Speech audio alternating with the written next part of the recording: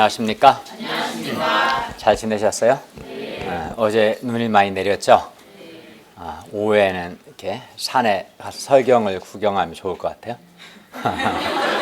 오후에 밥 먹고. 오늘 말씀 제목은 하나님의 비밀 그리스도입니다. 요절 골로새서 1장 27절을 함께 읽겠습니다. 1장 27절 시작. 하나님이 그들로 하여금 이 비밀의 영광이 이방인 가운데 얼마나 풍성한지를 알게 하려 하십니다. 이 비밀은 너희 안에 계신 그리스도시니 곧 영광의 소망이니라. 기도하겠습니다. 은혜를 오신 주님, 오늘 하나님께 예배드리게 해주셔서 감사합니다. 주님께서 예배를 통해서 영광을 받으시오며 저희의 많은 죄와 허물을 용서하시고 또 하나님의 말씀을 통해서 우리의 내면을 밝혀주시고 하나님의 말씀이 우리에게 빛이 되고 생명이 되고 힘이 되고 은혜가 되도록 도와주시옵소서. 예수님의 이름으로 기도하였습니다. 아멘. 오늘 그 본문을 보면 사도 바울은 예수 그리스도를 전파하기 위해서 힘을 다하여 수고한 것을 볼 수 있습니다. 바울은 예수 그리스도를 전파하기 위해서 많은 수고를 했는데 그러면 그는 왜 예수 그리스도를 전파하고자 애썼을까요? 우리가 오늘 말씀을 통해서 우리가 복음의 말씀을 듣고 예수 그리스도를 깨닫는 것, 예수 그리스도를 깨닫는 것이 왜 이렇게 중요한가 배울 수 있기를 기도합니다. 첫째, 예수 그리스도를 통해서 구원의 풍성함을 누릴 수 있습니다. 24절부터 27절입니다. 24절을 보십시오. 나는 이제 너희를 위하여 받는 괴로움을 기뻐하고 그리스도의 남은 고난을 그의 몸된 교회를 위하여 내 육체에 채우노라.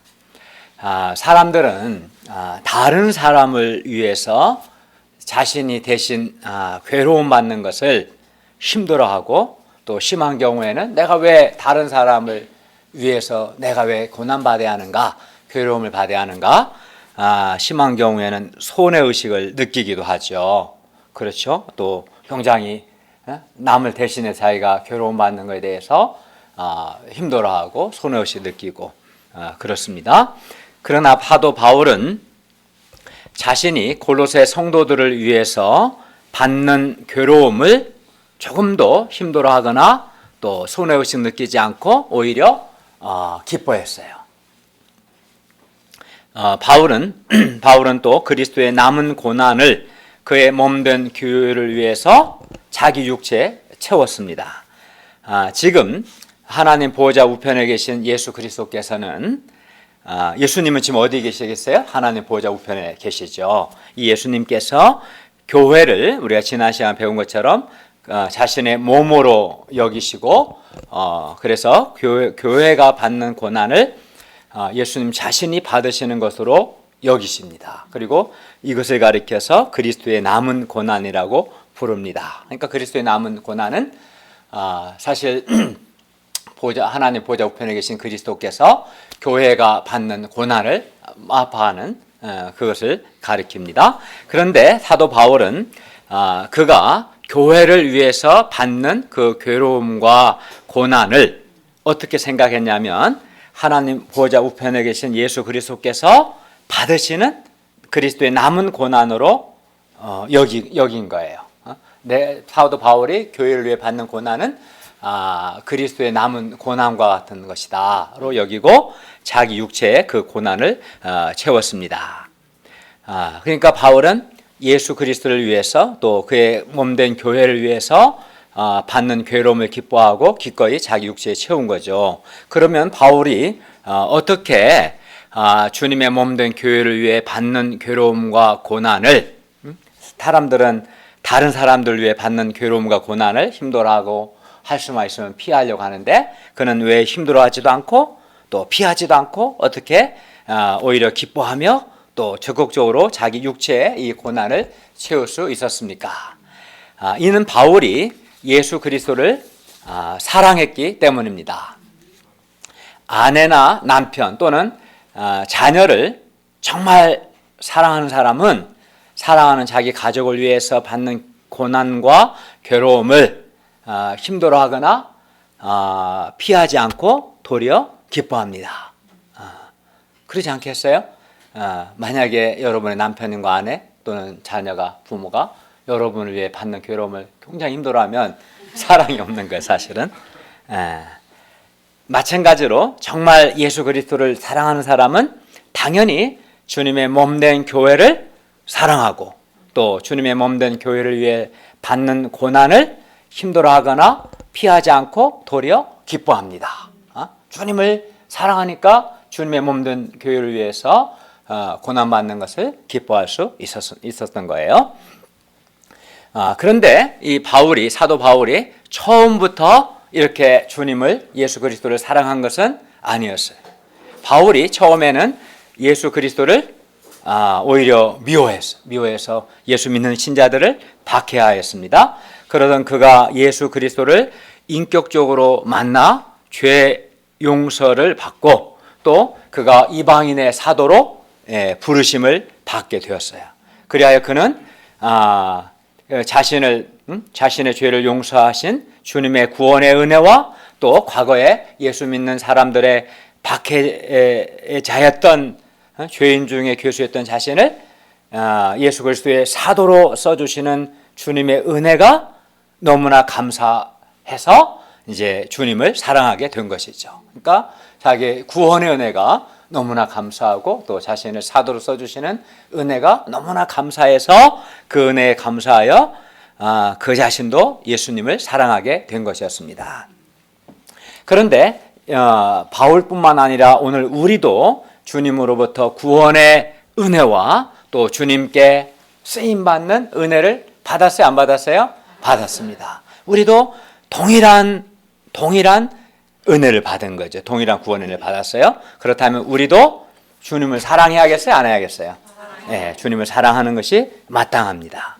우리도 바울처럼 주님을 사랑함으로 주님의 몸된 교회를 위해서 받는 괴로움과 고난을 힘들어하거나 피하지 않고 도리어 기뻐할 수 있기를 바랍니다. 아멘. 25절 읽겠습니다. 시작. 내가 그의 일꾼의 것은 하나님이 너희를 위하여 내게 주신 직분을 따라 하나님의 말씀을 이루려 함이니라. 여기서 하나님의 말씀을 이룬다는 것은 이 본문에서는 하나님의 말씀을 충분히 사람들에게 알게 하다라는 뜻입니다. 바울은 교회의 일꾼으로서 하나님의 말씀을 사람들에게 충분히 알게 하고자 했어요. 그러므로 교회 일꾼이 가장 힘써야 할 건 뭐겠어요? 하나님의 말씀을 이루는 것, 즉 하나님의 말씀을 충분히 알게 하는 것이죠. 그게 교회 일꾼의 첫째 되는 직무죠.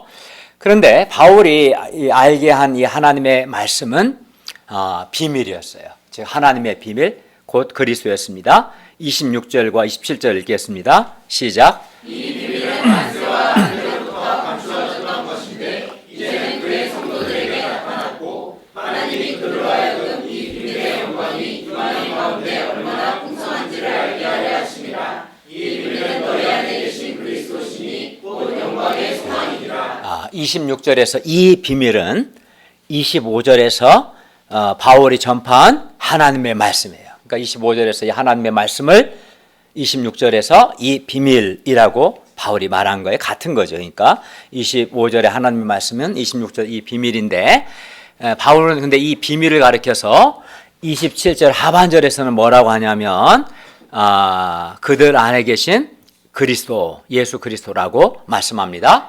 따라서 25절에서 바울이 전한 하나님의 말씀은 26절에서는 이 비밀이라고 했고 이 비밀은 곧 27절 하반절에서 예수 그리스도라고 말하고 있습니다. 그러니까 이 비밀, 하나님의 비밀은 예수님이시죠.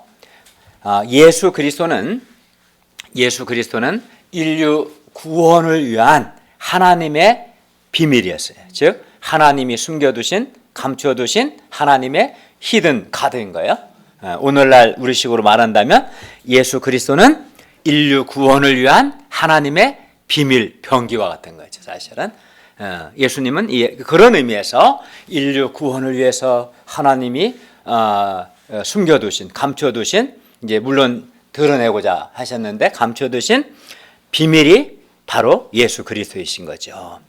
그리고 하나님의 비밀인 예수 그리스도는 만세와 만대로부터, 즉 오래 전부터, 영원 전부터 감추어졌던 것인데, 하나님께서 이 비밀, 즉 예수 그리스도를 이제는 그의 성도들에게 나타내셨어요. 구약에서는 이제 여러 선지자들을 통해서 이 비밀, 그리스도에 대해서 말씀하셨고, 이제 드디어 그리스도께서 오셔서 십자가에 죽으시고 부활하셨고, 그래야 이 비밀을 그의 성도들에게 나타내셨습니다.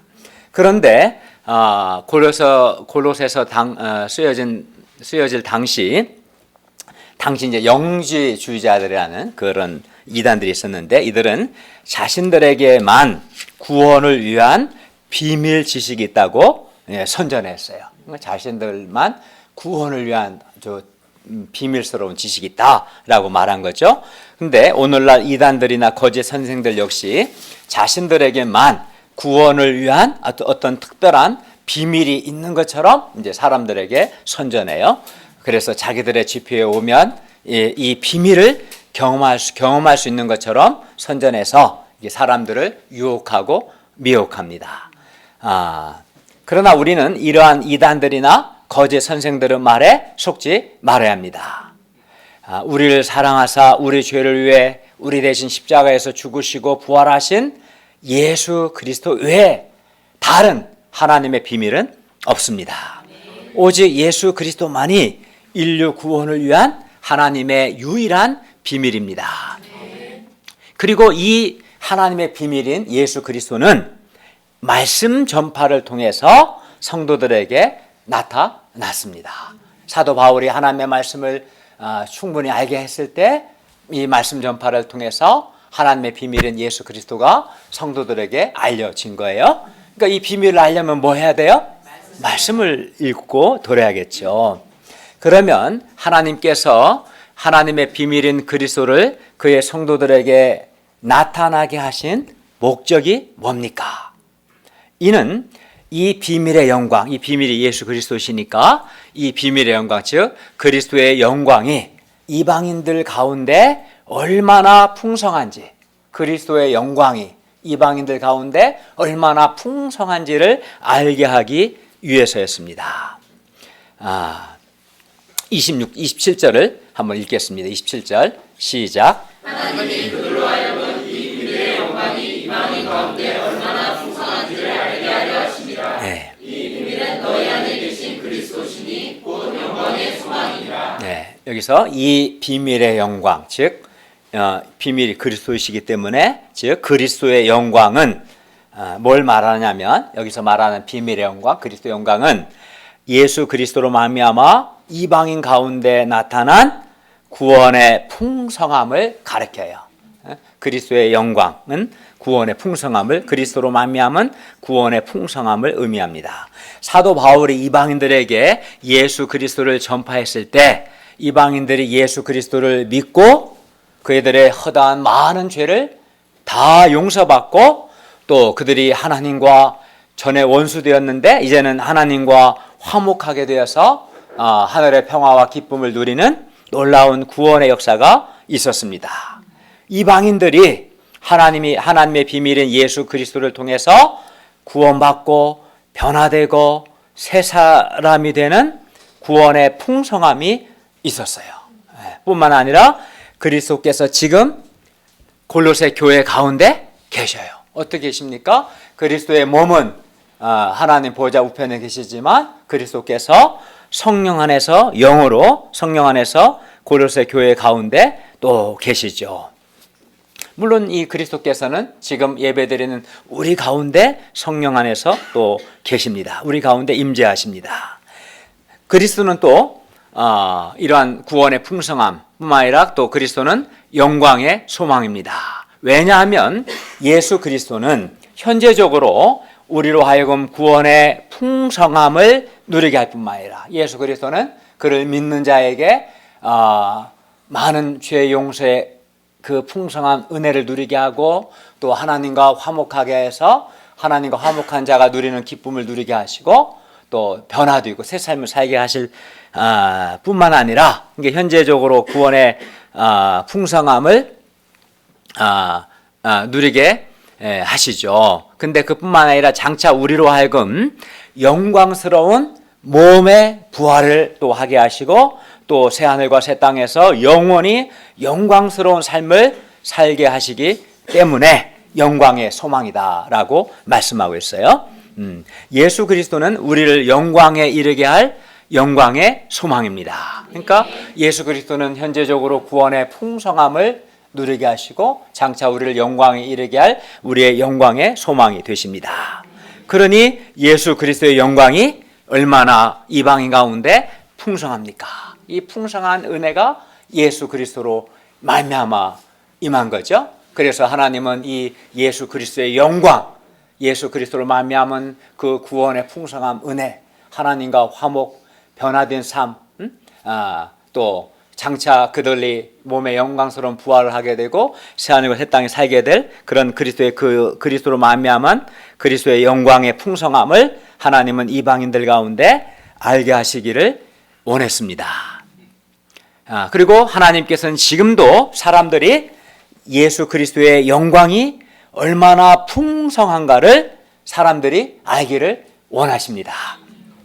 하나님께서는 사람들이 예수 그리스도를 믿고 믿음으로 죄를 용서받고 하나님과 화평을 누리는 등 구원의 풍성함을 누리기를 원하십니다. 그런데 하나님의 말씀이 전파되는 곳에 예수 그리스도의 영광의 풍성함이 나타납니다. 그래서 바울은 하나님의 말씀을 이루고자 하나님의 말씀을 충분히 알게 하고자 온 힘을 다해 애쓴 겁니다. 따라서 우리가 예수 그리스도의 영광의 풍성함, 예수 그리스도의 구원의 풍성함을 우리가 누리고 경험하기 위해서는 우리가 예수 그리스도의 십자가의 죽으심과 부활의 복음의 말씀을 잘 듣고 예수 그리스도를 깨닫고 예수 그리스도를 영접해야 합니다. 그러므로 그리스도의 영광의 풍성함, 즉 구원의 풍성함을 잘 누리기 위해서는 지금과 같이 복음의 말씀을 잘 듣고 예수 그리스도를 잘 깨닫는 것이 중요해요. 물론 이를 위해서 교회 일꾼들은 뭐 해야겠어요? 예수 그리스도의 말씀을, 하나님의 말씀을 풍성하게 전해야 합니다. 말씀이 풍성하게 선포되는 곳에 또 그 말씀을 통해서 그리스도를 깨닫는 곳에 그리스도의 영광의 풍성함, 그리스도로 말미암은 구원의 풍성함이 있습니다.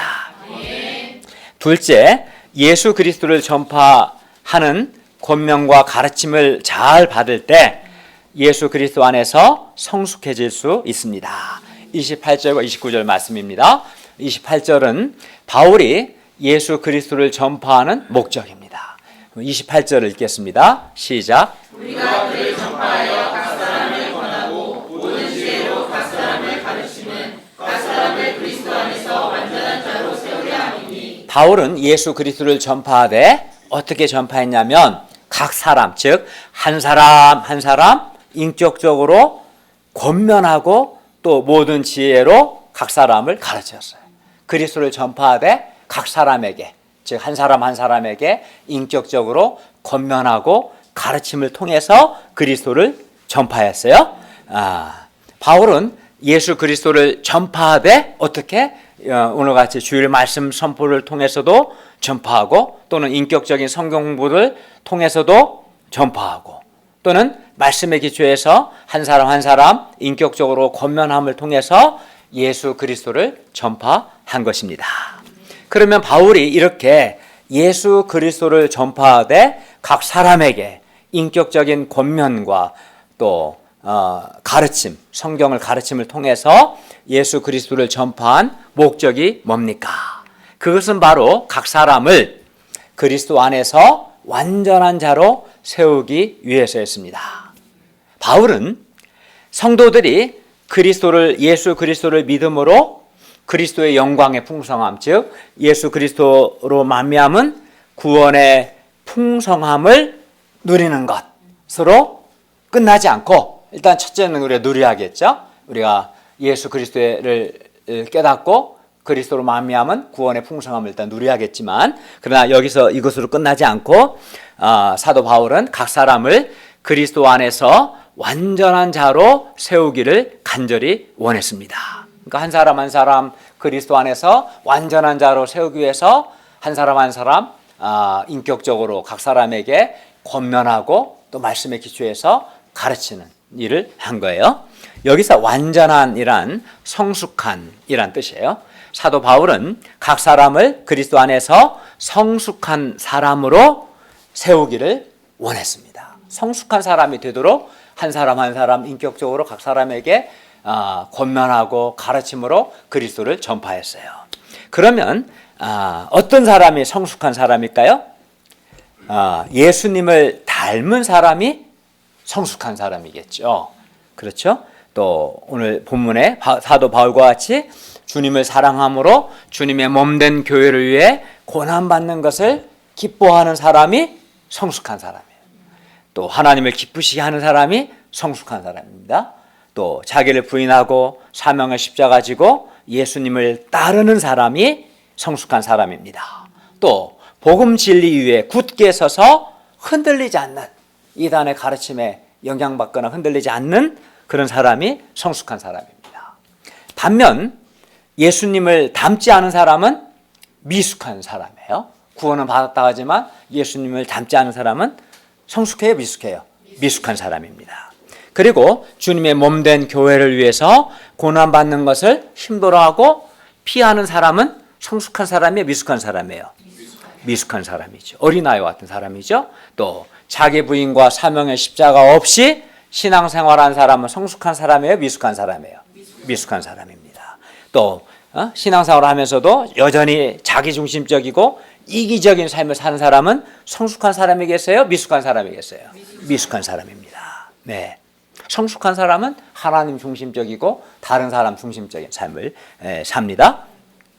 또 복음 진리 위에 굳게 서 있지 않고 왔다 갔다 흔들리는 사람 역시 미숙한 사람입니다. 바울은 각 사람이 그리스도 안에서 성숙한 사람이 되도록 하기 위해서 그리스도를 전파하되 각 사람을 인격적으로 권면하며 가르쳤습니다. 그리고 이를 위해 많은 수고했어요. 그것을 29절에서 말씀합니다. 29절 읽겠습니다. 시작.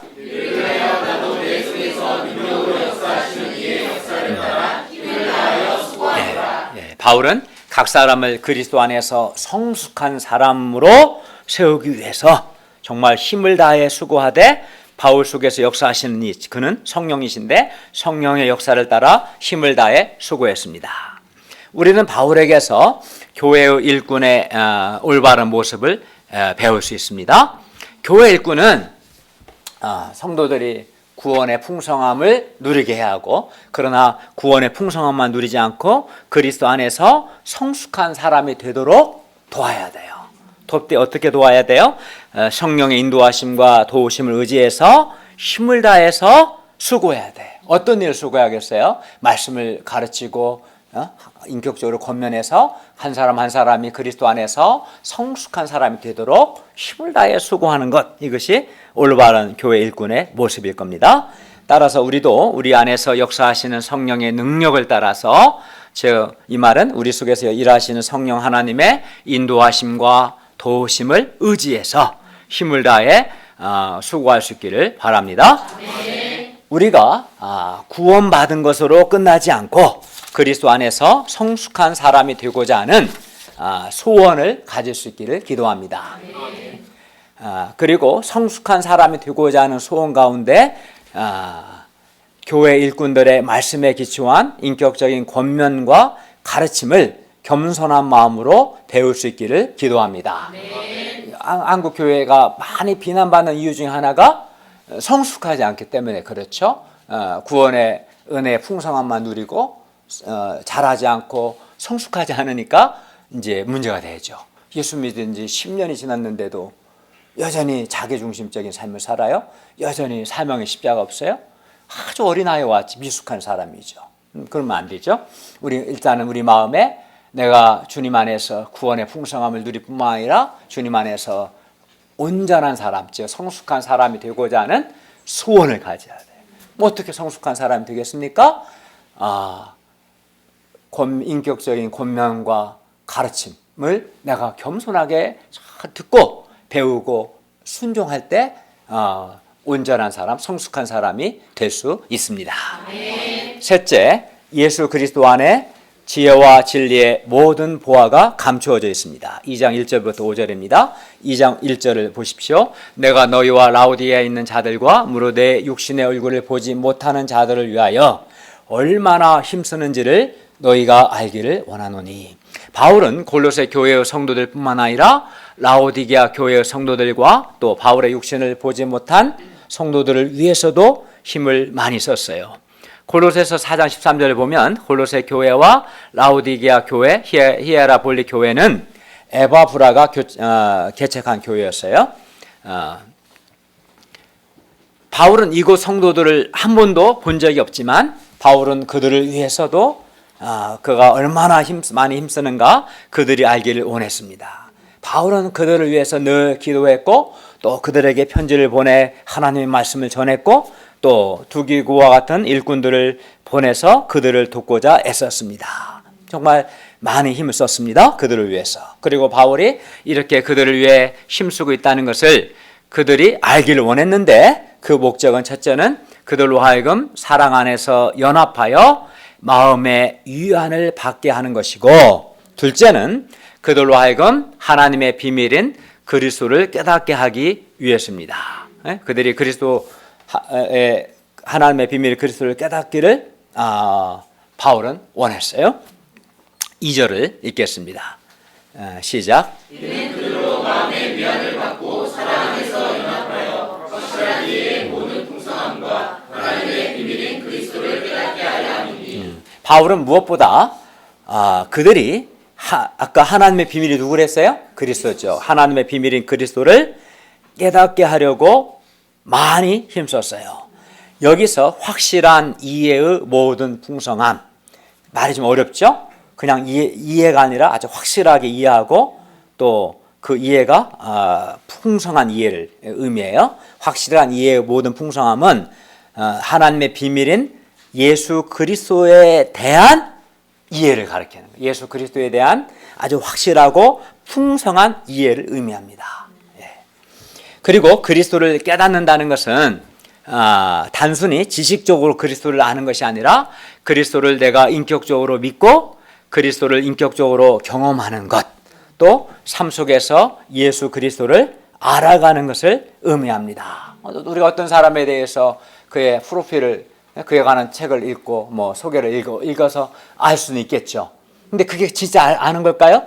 한 10년을 그와 깊이 교제하면서 겪어보면 이 사람이 이런 사람이다. 경험을 줄 알지 않겠어요? 그것처럼 여기서 그리스도를 깨닫는 것은 단지 성경뿐만 아니라 내가 삶 속에서 그리스도를 믿고 그리스도께 순종함을 통해서 정말 그리스도가 진리이시고 또 그 안에 생명이 있고 등등 이렇게 그리스도를 정말 경험적으로 체험적으로 깨닫고 알아가는 것을 의미합니다. 그러면 바울은 왜 성도들이 예수 그리스도를 깨닫게 하려고 그렇게 많이 힘썼을까요? 사실 그가 한 일은 그겁니다. 그가 예수 하나님의 말씀을 충분히 알게 하고자 한 것도 또 말씀 예수 그리스도를 전파하되 인격적인 권면과 또 가르침을 통해서 예수 그리스도를 전파한 것도 또 그들을 위해서 간절히 기도한 것도 이렇게 편지를 써서 말씀을 전하는 것도 이 모든 것의 목적은 어디에 있었냐면 예수 그리스도를 깨닫게 하기 위해서 그런 거죠. 예수 그리스도를 깨달을 때 우리가 깨닫는 게 중요한데 여기서 일단 왜 이렇게 힘썼는가? 예수 그리스도를 깨닫게 하고자 하는 건데 왜냐하면 예수 그리스도 안에 지혜와 지식의 모든 보화가 감추어져 있기 때문입니다. 그러니까 예수 그리스도를 깨닫는 자는 예수 그리스도 안에 있는 지혜와 지식의 모든 보화를 발견하게 되고 소유하게 되겠죠. 그것을 3절은 말씀합니다. 3절 읽을까요? 시작. 그 안에는 지혜와 지식의 모든 보화가 감추어져 있느니라. 예수 그리스도 안에 있는 이 지혜와 지식은 너무나 귀하고 가치 있는 것이기 때문에 바울은 그것을 가르쳐서 보화라고 말합니다. 보화, 지혜와 지식의 모든 보화라고 말하고 있죠. 그런데 예수 그리스도 안에 있는 이 지혜와 지식의 모든 보화가 감추어져 있기 때문에 많은 사람들이 그리스도 안에 지혜와 지식의 모든 보화가 있다는 것을 잘 모릅니다. 그러니까 말씀을 공부하지 않으면, 성령께서 깨닫게 하시지 않으면 그리스도 안에 지혜와 지식에 정말 보화가 있구나, 이걸 몰라요. 어떤 사람은 성경을 읽어도 몰라. 모릅니다. 그러나 예수 그리스도를 깨닫는 사람은 그리스도 안에 정말 지혜와 지식의 모든 보화가 있다는 것을 알게 되고 발견하게 되고 그것을 소유하게 되고 기뻐하게 됩니다. 그러면 예수 그리스도 안에 어떤 지혜와 지식의 보화가 있습니까? 물론 많이 있지만 두 가지로 좀 이렇게 구분해서 본다면, 첫째, 예수 그리스도 안에 구원의 지혜와 지식의 보화가 있습니다. 구원. 세상 어디에서도 구원의 지혜와 지식을 얻을 수 없습니다. 어떤 책을 읽어도, 어떤 철학을 해도, 어떤 사회학을 공부해도 거기에는 구원의 지혜와 지식은 없습니다. 그러나 예수 그리스도 안에는 죄인이 어떻게 구원을 받을 수 있는가? 구원의 지혜와 지식의 보화가 있습니다. 죄인이 어떻게 하면 죄를 용서받을 수 있는가? 또 죄인이 어떻게 하나님과 화목하고 그래서 마음의 참 평화를 누리고 마음의 참 기쁨을 누릴 수 있는가를 가르쳐주는 지혜와 지식의 보화가 예수 그리스도 안에 있습니다. 뿐만 아니라 우리가 어떻게 죽음을 두려워하지 않고 죽음이 드는 두려움과 허무와 무의미를 극복하고 우리가 어떻게 부활하며 어떻게 영생을 얻을 수 있는가 하는 지혜와 지식의 보화도 예수님 안에 있습니다. 그래서 예수 그리스도를 깨닫는 사람은 예수님 안에 있는 구원의 지혜와 지식의 보화를 발견하고 얻게 됩니다. 그래서 예수 그리스도를 깨닫는 사람은 예수 그리스도 안에 있는 풍성한 죄 용서의 은혜를 누리고 하나님과 화목하게 되고 마음의 참 평화와 기쁨을 누리게 됩니다. 그러면서 이것이 진정 지혜와 지식의 보화구나라는 것을 알게 됩니다.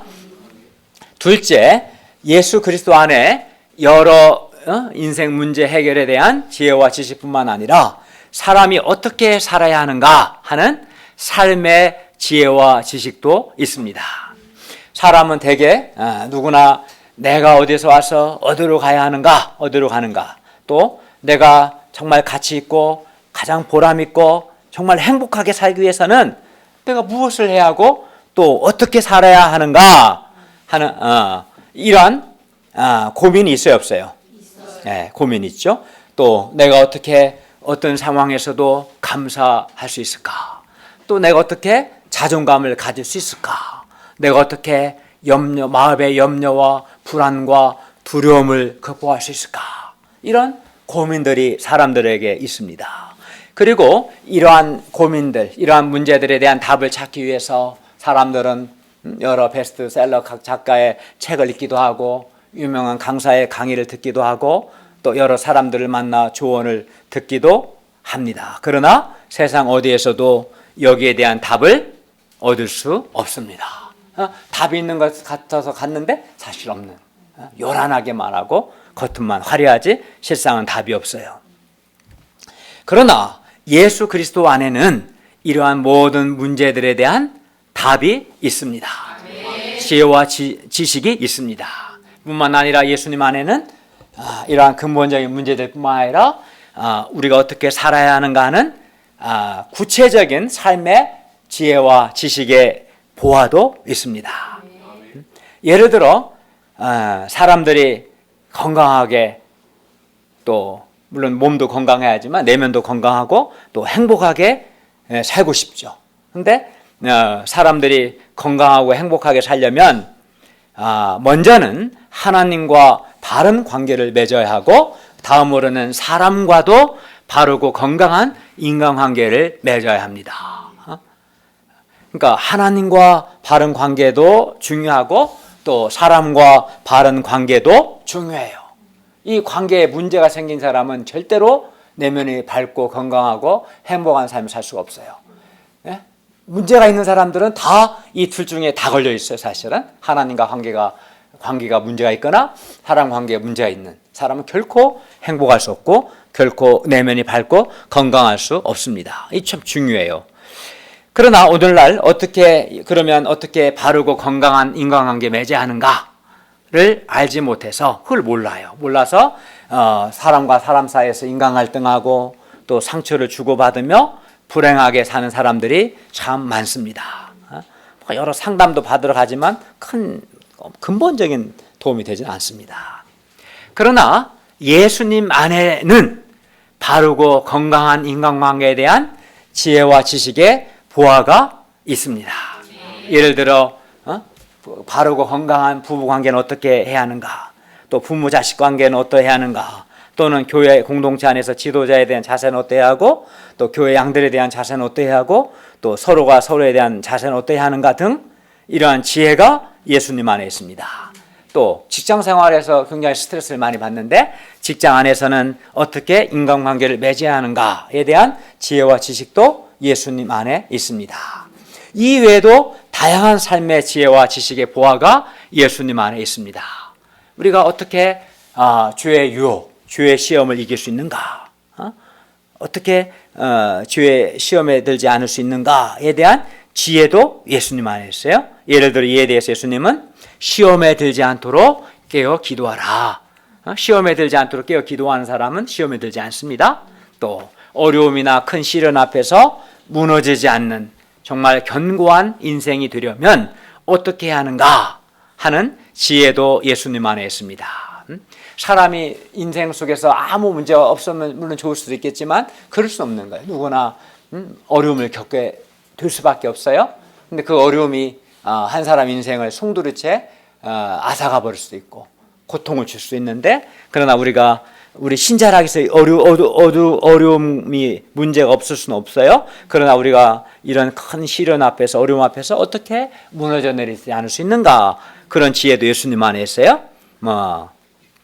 예를 들어 예수님은 예수님의 말씀을 듣기만 하지 않고 행하는 자가 되라. 또 모든 것을 하나님 편에서 바라보고 하나님의 선하신 섭리와 주권을 믿으라라든가 예수님 안에 이런 지혜가 있습니다. 또 사람은 능력 있는 삶을 살고 싶죠. 근데 어떻게 해야 능력 있는 삶을 사는가 몰라요. 근데 능력 있는 삶을 살 수 있는 지혜도 예수님 안에 있어요. 예수님은 하나님을 믿으라 말씀합니다. 하나님을 믿을 때 능력 있는 삶을 살 수 있습니다. 이외에도 우리가 어떻게 살아야 하는가 하는 삶의 모든 지혜와 지식의 보화가 예수님 안에 있습니다. 예수님 안에. 그러니까 예수 그리스도를 깨닫는 것은 굉장히 중요해요. 그런 사람은 구원에 이르는 지혜와 지식의 보화도 발견하게 되고 또 여러 인생 문제의 해답을 발견할 수 있고 또 우리가 어떻게 살아야 하는가 삶의 지혜와 지식의 보화도 발견할 수 있기 때문입니다. 저는 개인적으로 마태복음 7장 12절 말씀, 그러므로 무엇이든지 남에게 대접을 받고자 하는 대로 너희도 남을 대접하라. 이것이 율법의 선지자 아니라 여기서 율법의 선지자라 말이게 이것이 구약 성경의 말씀이다. 이런 뜻인데 이 말씀을 통해서 저는 바르고 건강한 인간관계 맺을 수 있는 지혜와 지식의 보화를 예수님 안에서 발견하고 얻을 수 있었어요. 대부분의 사람들이 다른 사람이 남이 먼저 자기를 대접해 주기를 바라고 자기가 먼저 다른 사람을 대접하지는 않기 때문에 어때요? 끊임없이 서로 자기 대접해 주기를 요구하고 또 인간 갈등하고 상처 주고받고 바르고 건강한 인간관계를 맺지 못하는 것을 봅니다. 그러나 저는 무엇이든지 남에게 대접을 받고자 하는 대로 너희도 남을 대접하라. 이 예수님의 말씀을 통해서 말씀에 순종해서 적어도 우리 교회 공동체 안에서는 남에게 대접을 받고자 하는 대로 제가 먼저 남을 대접하고자 했습니다. 예를 들어 제가 먼저 우리 동역자들과 양들을 대접하고자 했어요. 그리고 동역자들과 양들이 나에게 어떤 대접을 원할까 생각해 봤어요. 뭘 원하죠? 우리 배한나 목자는? 책임 목자에게. 네? 뭘 원해요? 네? 돈 벌어주기를 원해요? 돈 없는데? 네, 뭘 원하죠? 말씀을 원해요? 네. 제가 한번 생각을 해봤어요. 제가 생각해 보니까 그것은 하나님 나라 이 교회의 책임 목자요 목사로 세우셨고, 그래서 제가 하나님의 말씀을 깊이 연구해서 풍성하게 공급하는 것, 또 동역자들과 양들을 귀하게 여기고 존중하고 신앙적으로 잘 돕는 것, 이것을 하나님 내게 원하시고 또 우리 동역자들과 양들이 내게 원하는 대접, 나한테서 대접받고자 하는 것이라는 것을 알게 되었어요. 그래서 저는 제가 먼저 하나님의 말씀을 깊이 연구하여 풍성하게 공급하고자 했고, 또 동역자들 양들을 귀하게 여기고 존중하고 신앙적으로 돕고자 애썼습니다. 그때 동역자들과 양들도 책임 목자인 제가 그들에게 원하는 것, 제가 그들에게 원하는 것은 그들이 하나님께서 세우신 영적인 질서를 잘 지키고 목자를 존경하며 동역하고 순종하는 거였는데, 그것을 그렇게 했어요. 저 질서를 잘 지켰고 목자를 존경하고 동역하며 순종했습니다. 그래서 우리 가운데 이렇게 아름다운 사랑의 공동체, 성령의 그릇이 이루어질 수 있었습니다. 그러니까 말씀, 예수님의 말씀 안에 예수님 안에 지혜와 지식의 보화가 있는 거죠. 말씀대로 순종하면 건강한 인간관계를 맺을 수 있고 건강한 공동체를 이룰 수 있는 지혜와 지식도 예수님 안에 있는 거예요. 이뿐만이 아니고 이외에도 모든 지혜와 지식의 보화가 예수님 안에 있습니다. 그러므로 우리가 예수 그리스도를 깨닫는 것이 정말 중요합니다. 우리가 이미 본 것처럼 구원의 풍성함, 그리스도의 영광의 풍성함, 즉 그리스도께서 주신 구원의 풍성함을 누리기 위해서도 예수 그리스도를 깨달아야 하고, 또 예수 그리스도 안에서 성숙한 자가 되기 위해서도 예수 그리스도를 깨달아야 하고, 예수 그리스도 안에 있는 지혜와 지식의 보화를 내가 발견하고 얻기 위해서도 예수 그리스도를 깨닫는 것이 아주 중요해요. 그러니까 여러분의 복음의 말씀을 듣고 예수 그리스도를 깨닫는 것이 아주 중요한 거예요. 예수 그리스도를 올바르게 깨닫고 반응할 때 그 사람은 그리스도의 영광의 풍성함, 그리스도께서 주시는 구원의 풍성함을 경험하게 될 것이고, 그는 그리스도 안에서 온전한 자로 성숙한 자로 성장할 것이고, 그리스도 안에 있는 지혜와 지식의 보화를 발견하게 될 겁니다. 네. 그러면 사람이 예수 그리스도를 깨닫기 위해서 어떻게 합니까? 우리가 예수 그리스도를 깨닫는 것이 중요한데, 예수 그리스도를 깨닫기 위해서 우리의 첫째는 예수 그리스도의 말씀을, 하나님의 말씀을 우리가 들어야 돼요. 말씀을 들어야 돼요. 둘째는 성령 하나님께서 예수님 안에 있는 지혜와 지식의 보화를 깨닫게 해주시도록 기도해야 합니다. 이 두 가지가 중요한가요? 그러므로 예수 그리스도를 깨닫기 위해서는 우리가 성경 공부하고 주일 말씀을 듣고 또 말씀에 기초한 인격적인 권면과 가르침을 겸손하게 듣고 배우는 것이, 또 순종하는 것이 아주 중요합니다. 그런 사람이 예수 그리스도를 깨닫게 되고, 그래서 예수 그리스도께서 주시는 구원의 풍성함을 경험하게 되고, 이렇게 겸손하게 듣고 배우고 순종하는 사람이 성숙한 사람으로 성장하게 되고 그리스도 안에 있는 지혜와 지식의 모든 보화를 발견하게 될 것입니다. 그러므로 우리가 성경부와 주일 말씀을 통해서 예수님 안에 있는 지혜와 지식의 보화를 발견할 수 있기를 기도합니다. 그러니까 성경 공부할 때도 어떻게 해야겠어요? 그냥 하면 안 되고, 어떻게 겸손하게 내가 예수님 안에 있는 지혜와 지식의 모든 보화를 발견하고자 하는 소원을 가지고, 또 그리스도의 영광의 풍성함, 예수 그리스도 말미암은 그 구원의 풍성함을 경험하고자 하는 소원 가운데, 또 그리스도 안에서 성숙해지고자 하는 소원 가운데 성경을 공부하고 주일 말씀을 듣고 또 목자의 권면과 가르침을 듣고 배우고 순종하는 것이 아주 중요합니다.